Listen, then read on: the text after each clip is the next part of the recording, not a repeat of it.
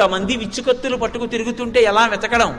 అందుకని సూర్యాస్తమయం అయిపోయి చీకటి పడిపోయిన తరువాత రాక్షసులకి భోగకాలం కనుక వాళ్ళు భోగాలు అనుభవిస్తూ ఉంటారు. కాబట్టి ఇప్పుడు నేను సీతాన్వేషణం చెయ్యాలి అని చెప్పి పిల్లి పిల్లంత వారై లంకాపట్టణంలో వెతకడానికి సింహద్వారం దగ్గరికి వెళ్ళారు. అక్కడికి వెళ్ళేటప్పటికే ఎదురుగుండా లంక కనపడింది. లంక యొక్క అధిష్టాన దేవత ఆమె అక్కడే కనపడింది. ఆయన లోపలికి ఎడదాం అనుకుంటున్నారు. ఎవరు నువ్వు? కోతి అడవుల్లో కను తిరుగుతుంది, వానర రూపం కలు, అడవుల్లో తిరిగేదాన్ని ఇక్కడికి ఎందుకు వచ్చావు?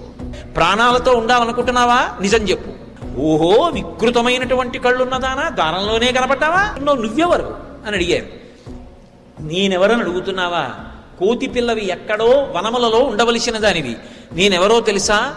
నేను రావణాసురుడి పనుపున ఈ లంకాపట్టణానికి అధిష్టానాన్ని, ఈ లంకనంతటినీ కాపు కాస్తూ ఉంటాను. నా అనుమతి లేకుండా నీవు ఈ లంకాపట్టణంలోకి ప్రవేశించడం సాధ్యం